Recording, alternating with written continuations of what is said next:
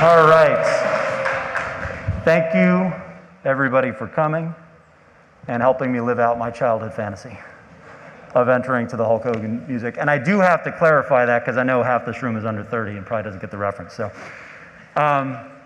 it is great to see everybody. I'm going to take this off for a minute.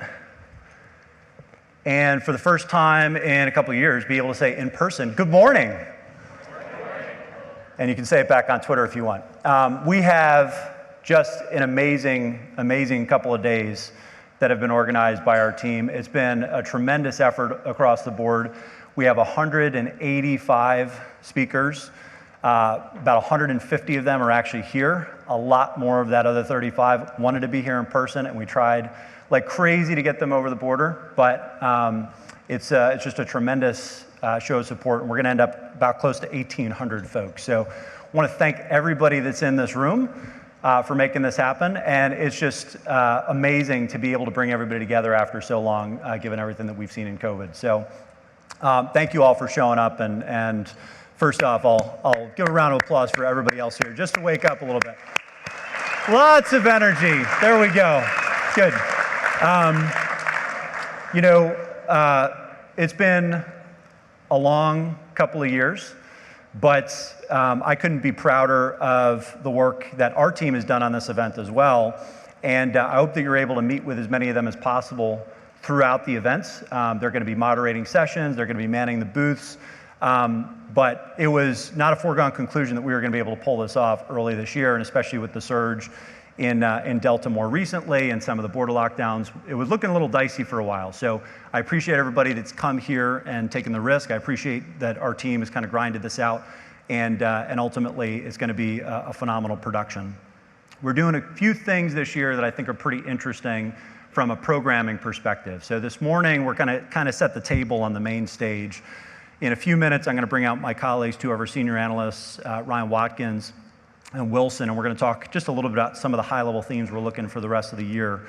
We're going to have Devin from OpenSea, who is running the largest NFT marketplace. We're going to have Kane from Synthetics, who arguably created this DeFi boom with some of their token incentive schemes that they created with Synthetics and really the emergence of yield farming last year. Then we're going to have a couple of different sessions, one with Gav Wood, who, as you know, is co-founder of Ethereum and the founder of Polkadot, and then a terrific session with a few of the luminaries that are working on interoperability solutions. The timing of Mainnet this year couldn't be better because we are entering a multi-chain, multi-asset future. It was not obvious, even 18 months ago, that this was actually going to be an asset class. And I think over the course of the last 18 months, we've kind of come to the conclusion, and our strong belief is that anything that can be tokenized as a marketplace will be, and this financial internet, user-owned economy are going to be maybe an order of magnitude even bigger than what we saw in the last tech boom. So I'm excited for all the tremendous speakers and all the tremendous content that we're going to have, and on all the side parties, half of which I'm not going to be able to attend. I wish I could, but you guys are going to have a lot of fun this week. Couple of just quick housekeeping items. If you are looking for the agenda, it is Umbrella. So make sure if you haven't already, you check your email. I know some people had it in their spam filters.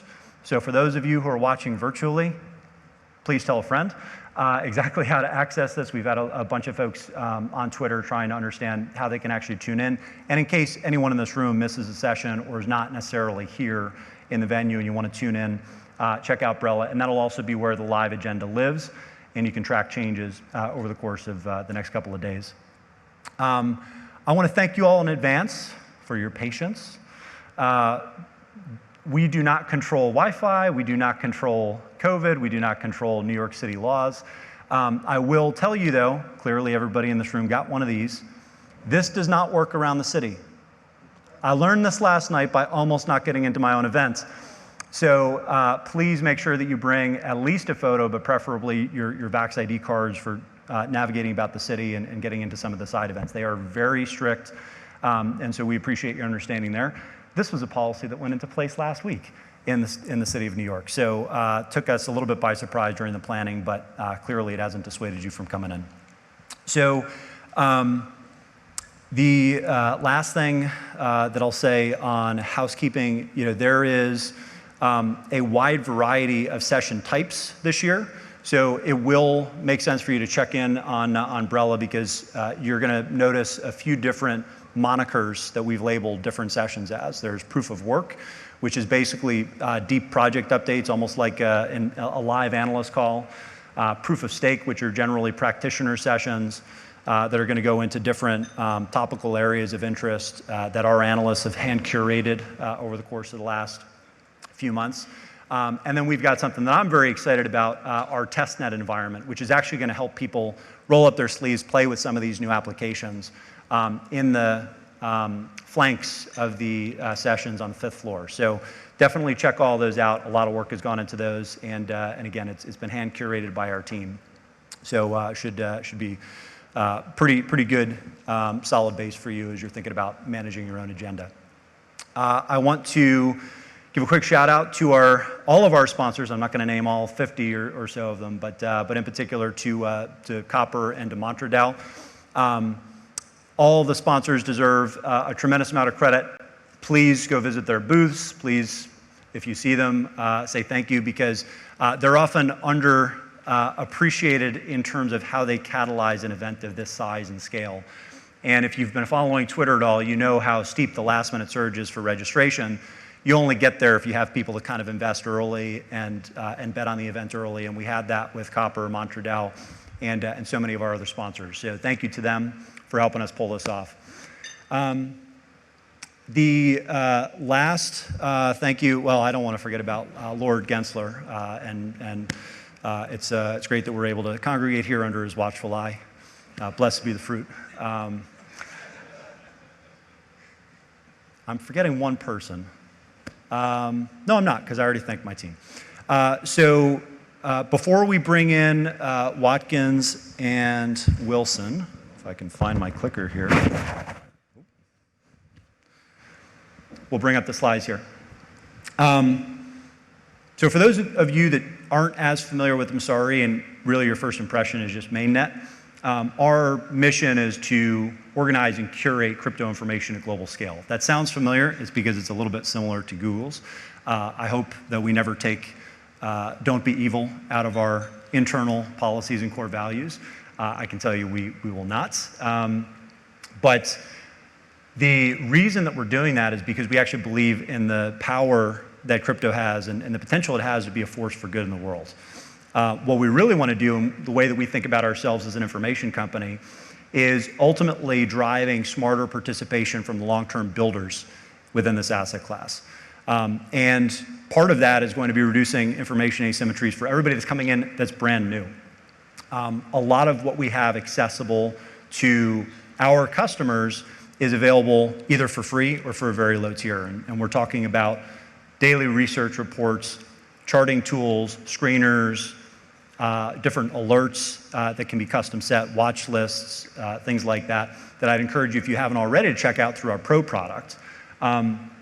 As importantly, though, we are trying to onboard all of traditional finance as well. So our enterprise tool, you can think about almost like a crypto corporate actions alerts and monitoring system. We're talking about protocol events and upgrades and different alerts. We're talking about deep diligence that will get compliance teams and product teams comfortable with integrating with some of these emerging protocols so that they're not worried about having downtime or support issues as soon as they pull the trigger, or any compliance issues downstream. And ultimately, we're building some governance tools as well as these networks truly decentralize, and decentralized organizations and their governance schemes become more important for actively managing an investment within crypto. So I'd encourage you to stop by our booth if you are someone that has not already engaged with us with Messari Enterprise. If you're at a traditional finance firm or a traditional asset manager, definitely check this out, and we have some free trials available. We'll talk a little bit more about this with Wilson, who's our lead analyst that's helping drive this enterprise product. And then last but not least, we've got our hub. This is an evolution of the product that we had when we started, called our disclosures registry. Obviously, as these projects have decentralized, there's no longer a central party that can disclose information on behalf of a project. So what we've done is we've actually decentralized our own analyst community and are now basically building an information marketplace that can match independent analysts with projects that are looking to commission research or coverage. And you can think about us almost as an auditor of claims. Well, I shouldn't say audit, I'm going to get in trouble with our team.